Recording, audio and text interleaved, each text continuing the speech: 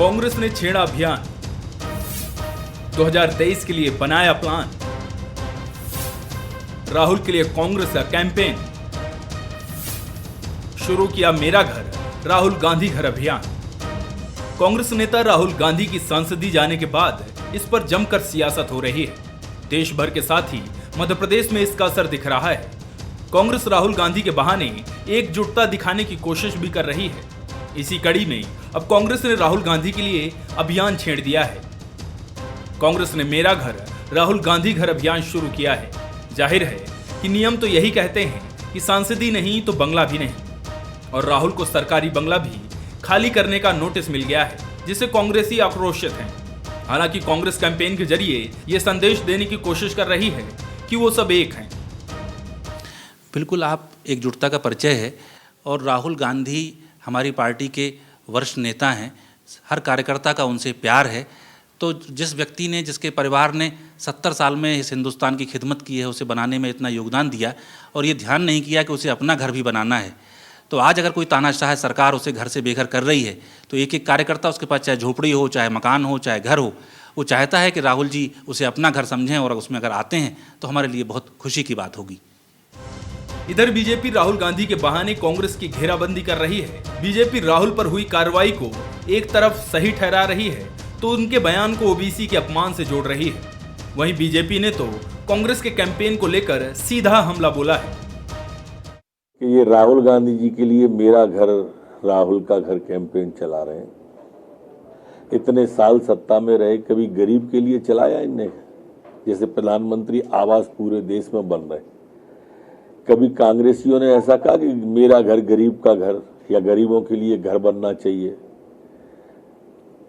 ये कुछ नहीं है, चाटुकारिता है, गलती को विषयांतर करने की कोशिश है। न्यायालय से ऊपर गांधी परिवार को साबित करने की ये लोग कोशिश कर रहे हैं। देश की जनता इन सब बातों को समझती है। राजनीतिक विश्लेषकों का मानना है कि बीजेपी ने राहुल गांधी को छेड़कर कांग्रेस के अंदर खलबली मचा दी है, या यूं कहें कि बीजेपी ये बखूबी जानती है कि अगर राहुल गांधी पर हमला किया जाए तो कांग्रेस पीएम मोदी पर भी काउंटर अटैक करेगी और हर बार की तरह मोदी को घेरने की रणनीति कांग्रेस पर उल्टी पड़ेगी और बीजेपी को न सिर्फ 2023 बल्कि 2024 के चुनाव में भी इसका फायदा मिलेगा। हालांकि राहुल को लेकर कांग्रेस फिलहाल कैंपेन ही चला रही है, लेकिन उन पर हुई कार्रवाई और सूरत कोर्ट के फैसले पर आगे वो क्या रणनीति तैयार कर रही है, इसके पत्ते अभी कांग्रेस ने नहीं खोले हैं। खैर, अब बीजेपी और कांग्रेस में से किसकी रणनीति कितनी असरदार रहेगी, ये समय ही बताएगा।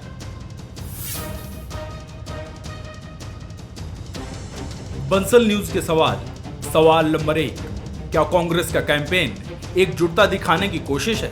सवाल नंबर 2, क्या राहुल के बहाने कांग्रेस की घेराबंदी बीजेपी की रणनीति का हिस्सा है? सवाल नंबर 3, क्या पीएम मोदी को घेरने की रणनीति कांग्रेस पर फिर भारी पड़ेगी? नमस्कार, मैं हूं शरद द्विवेदी और आज का हमारा मुद्दा है कांग्रेस का कैंपेन। तो एक बार फिर कांग्रेस अपने कैंपेन के साथ राहुल गांधी के पक्ष में खड़ी है।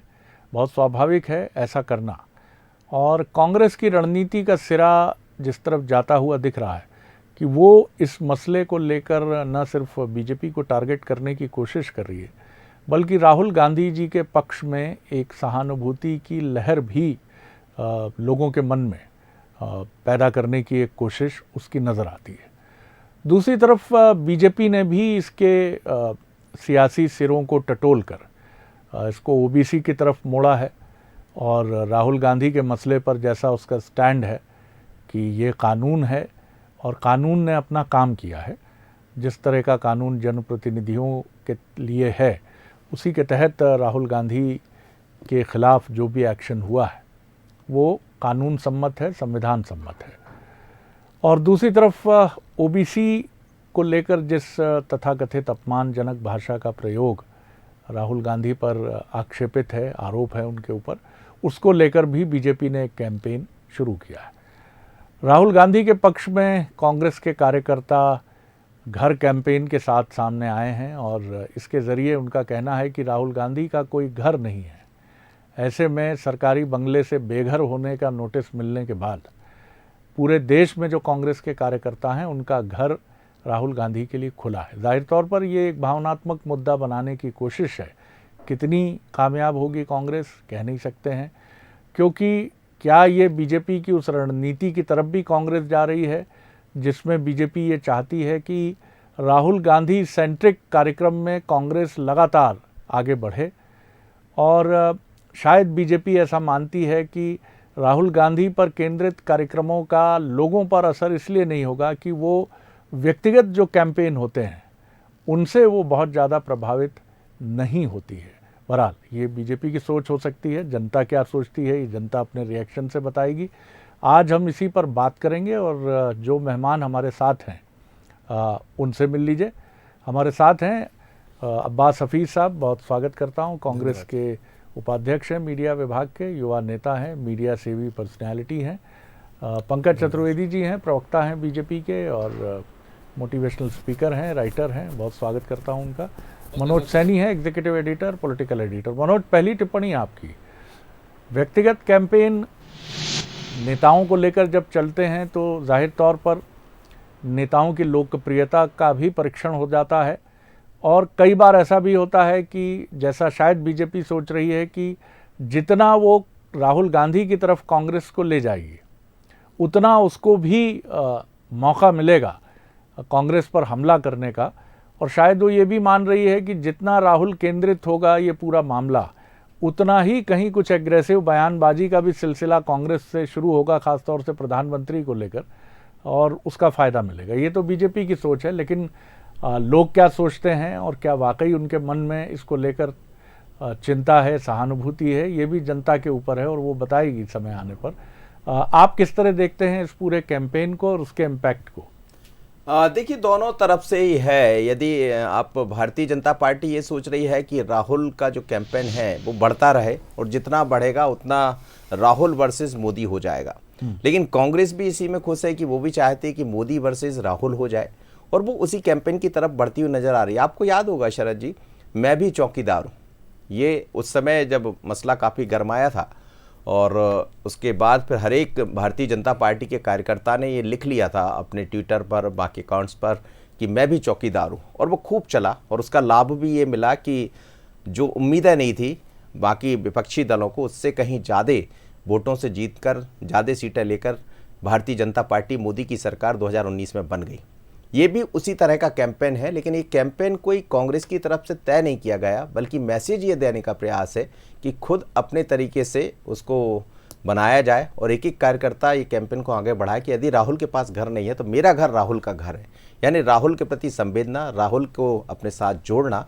पर अब इसका लाभ कितना मिलेगा, क्योंकि फिर वही बात आ जाती है कि मोदी का आप जितना नाम लेंगे उसका लाभ तो उनको ही मिलता है। अभी कुछ दिन पहले ही प्रियंका जी ने भी जो कहा, जिन लफ्ज़ों का इस्तेमाल किया, तो उसकी भी खूब चर्चा चली, सोशल मीडिया पर भी खूब चर्चा चली, और अब जो लिखा जा रहा मोदी के लिए, और हमें लगता है कि भारतीय जनता पार्टी यही चाह रही कि जितना राहुल का कैंपेन बढ़ता रहेगा वो मोदी के लिए लाभप्रद होगा, और मोदी के लिए जितना गालियां आप देंगे, कहते भी हैं, मोदी भी कहते हैं हमेशा अपने मन से कि जब जब कुछ होता है तो मैंने तो गाली सुनने की मेरी आदत सी पड़ गई है, लेकिन अब राहुल गांधी भी उसी राह पर है। पर हमें लगता है इंतज़ार करना पड़ेगा, क्या राहुल का कैंपेन काम आएगा या मोदी का कैंपेन काम आएगा। पंकज जी, बीजेपी इसको ओबीसी की तरफ ले गई है इस मसले को, और जिस तरह से एक दिन पहले तमाम बीजेपी के बड़े नेताओं ने इसको इस दिशा की तरफ मोड़ने का एक प्रयास किया है, वो भी वक्त बताएगा कि जनता, खासतौर से ओबीसी समुदाय, किस तरह से इसको देखता है। और दूसरी तरफ राहुल का घर मेरा घर, मेरा घर राहुल का घर, ये कैंपेन कांग्रेस ने शुरू किया है, कांग्रेस के कार्यकर्ताओं ने शुरू किया है। कैसे देखती है बीजेपी? शरद जी, निश्चित ओबीसी वर्ग ये है, जिस प्रकार से राहुल गांधी जी ने नरेंद्र मोदी नाम लिया अपने, जिसके आधार पर, और जो याचिकाकर्ता पूर्णेश मोदी जी ओबीसी वर्ग के हैं, दोनों ने उसी के आधार पर लगाया, बहुत स्पष्ट है।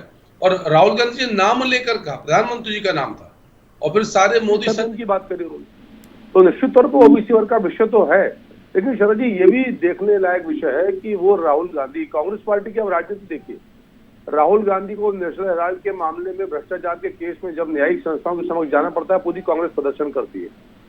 राहुल गांधी को यदि कोई न्यायालय किसी अपराध पर अवसर देता है क्षमा याचना का, हायर कोर्ट में जाने का, इस केस में जो आपराधिक माननीय शरद जी, चार्जशीट नहीं आती, चार्ज लगता है, आरोप लगता है। जब आरोप लगता है तो अवसर था कि वो हायर कोर्ट में जा सकते थे। जज ने उनसे कहा कि आप हैबिचुअल ऑफेंडर हैं, आपराधिक आदतन मानहानि की प्रवृत्ति आपकी है, 6 केस आपके अगेंस्ट चल रहे हैं, क्षमा याचना कर लीजिए। तो इसमें अधिकतम पनिशमेंट है। राहुल गांधी ने नहीं ध्यान दिया और दोष किस पर? भारतीय जनता पार्टी पर। तो सवाल ये है कि जो व्यक्ति जिसके पास करोड़ों की संपत्ति उनके एफिडेविट में है, जिनके ढेर सारे ट्रस्ट भारत में हैं, जिनके नेशनल हेराल्ड पर करोड़ों के मुकदमे चल रहे हैं, जिनके बड़े बड़े फार्म हाउसेज हैं, वो यदि ये दुनिया देश के सामने नौटंकी करें कि मैं तो, अभी कांग्रेस के एक मित्र कह रहे थे कि 70 साल घर नहीं, राहुल गांधी की उम्र नहीं 70 साल की, कि मैं घर नहीं बना पाया। भैया अरे सर, किसके साथ छल कर रहे हो आप? ये परिपक्व लोकतंत्र और आज की युवा पीढ़ी सब जानती समझती है। क्या योगदान है शरद जी राहुल गांधी जी का पिछले 20 साल के संसदीय जीवन का? कोई मौलिक चिंतन विमर्श देश के लिए नहीं। और ऐसा हम नहीं कहते, कांग्रेस के तमाम नेताओं के वक्तव्य पढ़े। हमारे दिवंगत गुफरान आजम साहब भोपाल की सांसद से गुजर गए, बहुत स्पष्ट कहा था तब राहुल गांधी के 10 साल हुए थे कि जो व्यक्ति 10 साल में भाषण देना नहीं सीख पाया, जिस व्यक्ति ने कांग्रेस के बाकी संगठनों का, ये उनके शब्द थे, वीडियो वायरल आज भी सत्यानाश कर दिया, जिस व्यक्ति को इतिहास का ज्ञान भान नहीं है, जिस व्यक्ति को ये पता नहीं कि अब देश का मान सम्मान अस्मिता क्या है, जो विदेशों में जाकर भारत का अपमान करने की बात करना, मानता हूं कि मोदी जी से द्वेष है, राहुल गांधी जी को बना रहे, पर जब आप देश के बाहर जाते हैं तो आप रिप्रेजेंटेटिव ऑफ इंडिया हैं, भारत के प्रतिनिधि हैं, वहां जाकर आप कैसी बातचीत कर रहे हैं? प्रियंका गांधी जी का उल्लेख किया मनोज, प्रियंका गांधी जी की भाषा सुनी शरद जी, वो वीडियो आप सुने, आप प्रधानमंत्री के लिए, भारत के प्रधानमंत्री के लिए, छोड़ दीजिए भारतीय जनता पार्टी कांग्रेस को, नरेंद्र मोदी जी आज भारतीय जनता पार्टी के प्रधानमंत्री नहीं है, भारत के प्रधानमंत्री है। आपको याद होगा शरद जी, जब मनमोहन सिंह जी को अंडर अचीवर कहा, शिवराज जी मुख्यमंत्री थे, अमेरिका के दौरे पर तो नहीं, भारत का प्रधानमंत्री कभी अंडर अचीवर नहीं सकता, मनमोहन सिंह जी भले ही कांग्रेस पार्टी के हो। तो मेरा इतना सा आग्रह है कि कांग्रेस को जो करना है सो करे सर, ये चापलूसी की पराकाष्ठा है। और मजे की बात है कि शरद जी, कमलनाथ जी या राहुल गांधी के उस कार्यक्रम में नहीं आए, 100-150 लोग पहुंचे, जो यहाँ सत्याग्रह फ्लॉप हो गया, जेपी अग्रवाल जी का बयान है। और कमलनाथ जी के पास इतने बड़े बड़े घर बंगले सब कुछ है, 2 नंबर के उद्योगपति, उन्होंने एक बार भी नहीं कहा कि मेरा घर राहुल गांधी का घर। तो गुटबाजी भी कांग्रेस पार्टी की है। तो मुझे ऐसा लगता है कि जिस प्रकार की अपरिपक्व राजनीति राहुल गांधी जी की अब तक थी, ये उसका और प्रमाण है कि किसी व्यक्ति को किसी व्यक्तिगत मामले में सजा हुई है, उसका दोष भारतीय जनता पार्टी पर लगाकर आप उसको संस्थागत आंदोलन का स्वरूप दे रहे हैं, जो सफल नहीं हो पाएगा। अब्बास हफीज साहब, आपने सुनी दोनों बातें। हमारे सीनियर जो जर्नलिस्ट हैं, एग्जीक्यूटिव एडिटर हैं मनोज सैनी जी, और आपके वरिष्ठ साथी पंकज चतुर्वेदी जी बीजेपी से। जी क्या कहेंगे? देखिए शरद जी, सबसे पहली बात यह है कि बड़ा हास्यास्पद हो जाता है जब भारतीय जनता पार्टी सिर्फ और सिर्फ राहुल गांधी जी के ऊपर बोलने में व्यस्त हो जाती है, लेकिन जो सवाल उनसे पूछे जाते हैं उस पर नहीं बोलते हैं। बहुत साधारण सवाल पूछा गया है, जिस सवाल के बाद पूरा हंगामा खड़ा हुआ, 20,000 करोड़ रुपया अडानी की शेल कंपनीज में किसका, इसका कोई जवाब नहीं है, ना पंकज जी के पास है, ना बीजेपी के नेताओं के पास है। लेकिन कोई बात का पहाड़ बना देना ये बीजेपी से सीख सकते हैं। ये कैंपेन जिसको स्वतंत्र रूप से कार्यकर्ताओं ने कैंपेन बना दिया, कोई कैंपेन जारी तो हुआ नहीं है एआईसीसी से। जाहिर सी बात है कि जारी हुआ होता, प्रेस ब्रीफ होती, उसकी तमाम चीज़ें होती, ऑफिशियल अनाउंसमेंट होता। ये तो कार्यकर्ताओं की भावना है कि भाई आपने तेज़ी, जो सेक्रेटरीट लोकसभा सेक्रेटरीट है भाई किसकी सरकार के अंतर्गत है, अध्यक्ष किसकी सरकार के में बने हैं, क्या उनका बैकग्राउंड है, सारी चीज़ें जानते हैं। जिसको निष्पक्ष होना चाहिए, अगर वो पक्षपात की तरफ चले जाए तो बहुत सारी चीज़ें खड़ी होती हैं। मैं तो मध्य प्रदेश की आप मिसाल देख लीजिए, मध्य प्रदेश में जजपाल सिंह जज्जी जी, जो सिंधिया जी के चहेते विधायकों में से एक हैं बीजेपी के, हाईकोर्ट कह रहा है माननीय अध्यक्ष महोदय को कि इनकी सदस्यता खत्म की जाए, लेकिन पर्याप्त समय दिया जा रहा है कि जल्द से जल्द कैसे अपील कर दें। राहुल लोधी जी को पर्याप्त समय दिया जा रहा है, 1.5 महीने का, सदस्यता खत्म नहीं की जा रही है, कुछ नहीं किया जा रहा। तो ये बहुत सारी चीज़ें बताता है। राहुल जी के घर का नोटिस तुरंत अगले दिन, उससे पहले उनकी सदस्यता समाप्त करने का, चलिए आपने अगले दिन कार्यवाही की, कोई मौका नहीं दिया, वो आपका अधिकार है, क्षेत्र अधिकार। घर का नोटिस, लाल कृष्ण आडवाणी जी किस घर के अंदर किस बात के उस आधार पर रहते हैं, मुरली मनोहर जोशी जी किस आधार के ऊपर रहते हैं। सरकारी बंगले इनसे खाली नहीं कराए गए, सरकारी बंगले खाली कराए गए सुब्रमण्यम स्वामी जी से। सुब्रमण्यम स्वामी जी जब आलोचक हुए मोदी सरकार के, तुरंत फैसला आता है कि साहब बंगला खाली कर दीजिए। ये किस तरह की राजनीति है, ये किस स्तर की राजनीति है? बीजेपी के कितने पूर्व मंत्रियों को अभी तक बंगले मिले हुए हैं, अखबारों में छपा हुआ है। मैं पंकज जी को भेज दूंगा अखबार का लिंक, न्यूज़ लिंक भेज दूंगा, उसमें पढ़ लीजिएगा कि खाली नहीं कर रहे हैं। बहुत सारे जो एमपीज़ हैं, मिनिस्टर्स हैं, वो फ्लैट्स के अंदर हैं। आज सबसे बड़ा सवाल ये खड़ा होता है, किसी भी पार्टी के अगर आप नेता के ऊपर ऐसी द्वेषपूर्ण कार्रवाई करेंगे, ऐसे पक्षपाती कार्रवाई करेंगे, तो उसका कार्यकर्ता जो इमोशनली अटैच्ड है वो बहुत सारी इस तरह की प्रतिक्रियाएं देखने को मिलेंगी। लेकिन मूल मुद्दा यह है, हम बीजेपी से अभी भी इसी बात पे कह रहे हैं कि राहुल जी का विषय तो है अपनी जगह पे, पर जिस विषय की शुरुआत अडानी जी के विषय से हुई है उस पर जवाब दे तो दीजिए, क्यों बोलने नहीं देते हैं। आज कल हमारी पत्रकार वार्ता होती है शरद जी, हमारे महाराष्ट्र के पूर्व मुख्यमंत्री आते हैं, उसी वक्त यहाँ के मुख्यमंत्री महोदय को प्रेस ब्रीफिंग रखने की मजबूरी कैसी आ जाती है कि वो प्रेस कॉन्फ्रेंस तक को किस तरह से हल्का कर दिया जाए जो अडानी जी के ऊपर हो रही है। ये बीजेपी की सरकार है, ये इस देश की सरकार है, इनको ये समझना होगा न जाने कितने गरीबों का पैसा डूब चुका है, न जाने कितने बेरोजगार युवा आत्महत्या के कगार पर खड़े हुए हैं क्योंकि उनको रोजगार अब और नहीं मिल रहा है, निवेशक जो है वो पीछे हट रहे हैं। जिम्मेदार सरकार होती है, सरकार रेगुलेटरी बॉडी होती है, उसके बावजूद भी सरकार को इस वक्त भी राहुल गांधी जी की चिंता है। जो मुद्दे राहुल जी उठा रहे हैं उस पर बात कीजिए। मैं निवेदन कर रहा हूँ कि राहुल गांधी यदि अडानी जी का नाम लेकर कथित तौर पर एक राशि का उल्लेख कर रहे हैं, तो उन्होंने कहा मीडिया रिपोर्ट्स के आधार पर। सर कोई एविडेंस, कोई प्रमाण, कोई फैक्ट, कोई सत्य, कोई तथ्य कुछ भी नहीं इनके पास, ना पार्लियामेंट में किसी चीज को टेबल किया। अरे उत्तर ज्वाइंट पार्लियामेंट्री कमेटी इसीलिए बनाने को कहा है मान्यवर, लेकिन आपको तो जेपीसी बनाना नहीं है। अरे 2G के टाइम पर जेपीसी बनी। मैं अब बात बीच में नहीं बोला, उत्तर ले लो, ध्यान से सुनो, अच्छे अपने टाइम पर उत्तर देना। मेरा सिर्फ सरजी तरह से आग्रह है कि किसी मीडिया रिपोर्ट के आधार पर आधारित जो है कुछ तो कोर्ट क्यों नहीं जाते, किसने रोका इनको जाने के लिए? पब्लिक में करते, सारे डॉक्यूमेंट्स लेकर आए ना एविडेंस, वहां एविडेंस नहीं है, सिर्फ जुबानी जमा खर्च है। और यदि कोई पत्रकार राहुल गांधी से पत्रकार वार्ता पूछो कहते तुम बीजेपी का बिल्ला लाकर आयो, मैं उत्तर नहीं दूंगा। ये राहुल गांधी का व्यवहार है पत्रकारों से। दिग्विजय सिंह जी ग्वालियर में एक पत्रकार को धमकाते चमकाते, अडानी जी के विषय पहले उत्तर तो सुन लीजिए, पूरा लंबा चला गया। दिग्विजय सिंह जी कहां चले गए? अरे नहीं हुआ, मैं सिर्फ इतनी बातचीत कर रहा हूँ, कोई इनके पास प्रमाण नहीं शरद जी। और यदि नेताओं की बात कर रहे हैं, इसी पे जवाब दे रहा हूं मैं।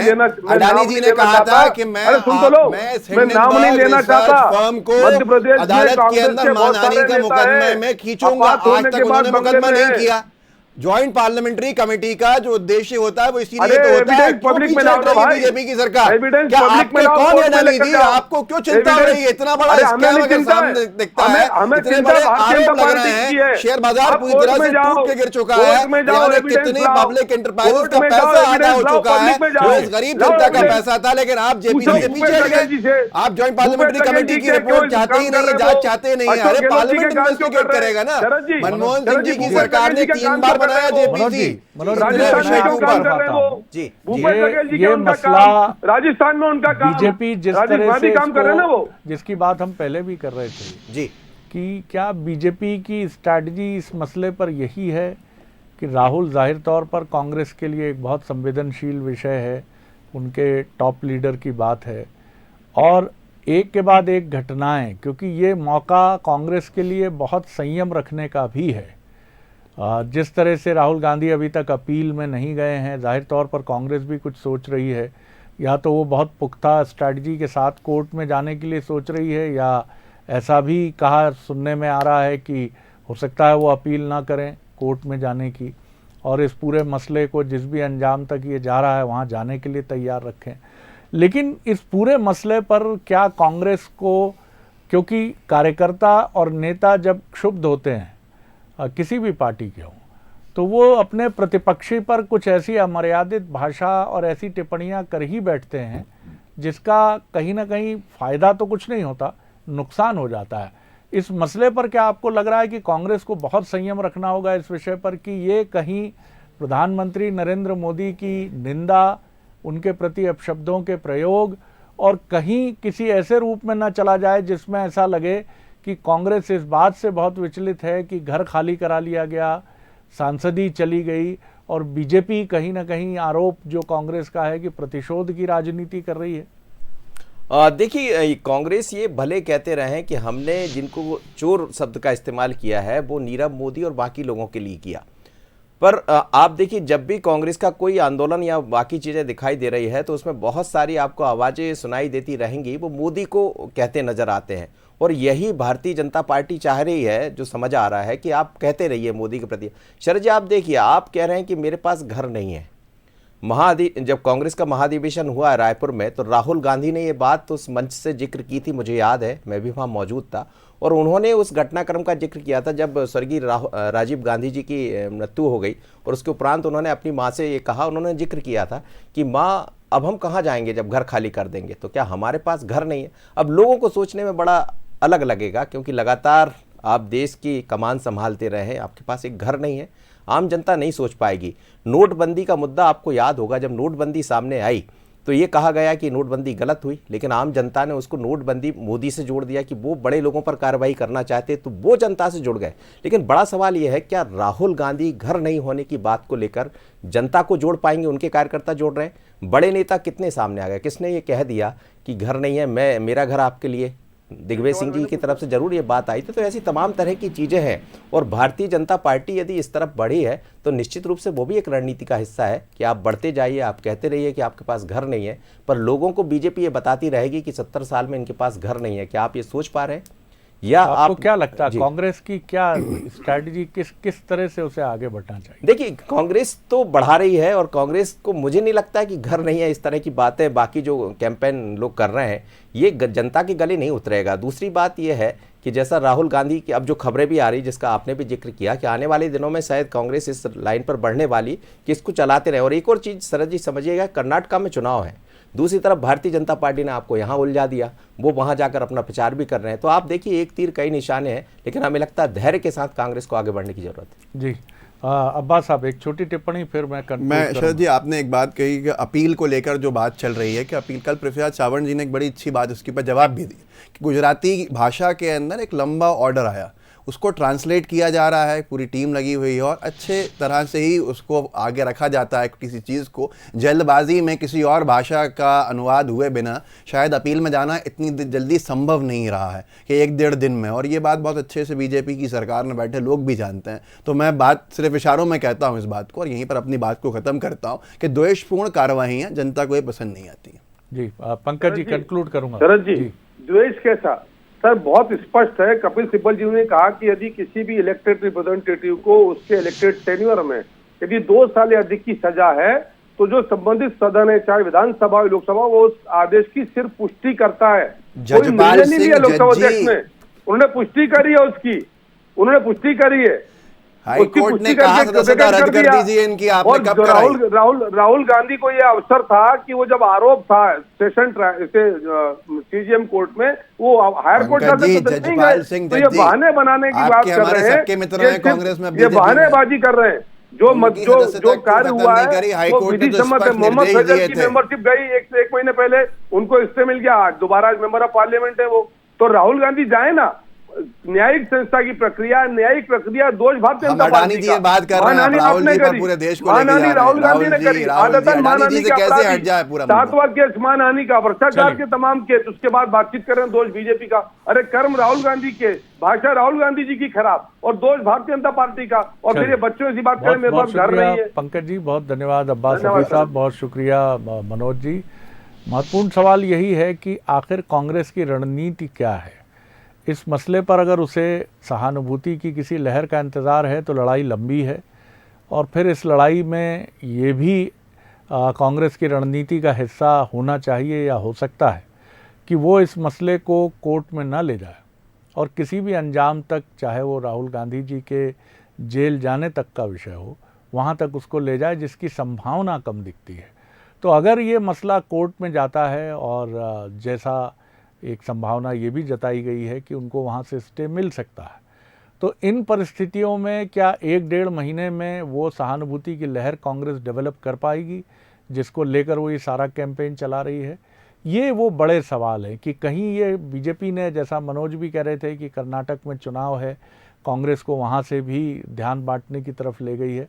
बहुत धैर्य से चलना होगा कांग्रेस को, बहुत समझ कर चलना होगा, और ख़ास तौर से बीजेपी के टॉप लीडर और नरेंद्र मोदी जी, प्रधानमंत्री नरेंद्र मोदी जी को लेकर कोई भी टीका टिप्पणी करने से पहले बहुत सतर्क और सावधान इसलिए होना होगा कि उसका फ़ायदा बीजेपी को मिलता है। और ये बात खुद प्रधानमंत्री भी कहते हैं कि जितना उनको कोसा जाता है, लोग उतना कहते हैं कि हम आपके साथ खड़े हैं। तो ये कांग्रेस के ऊपर है कि वो इसे किस रूप में देखती और समझती है। आगे देखिए छत्तीसगढ़ आज का मुद्दा। राम पर फिर घमासान। नमस्कार।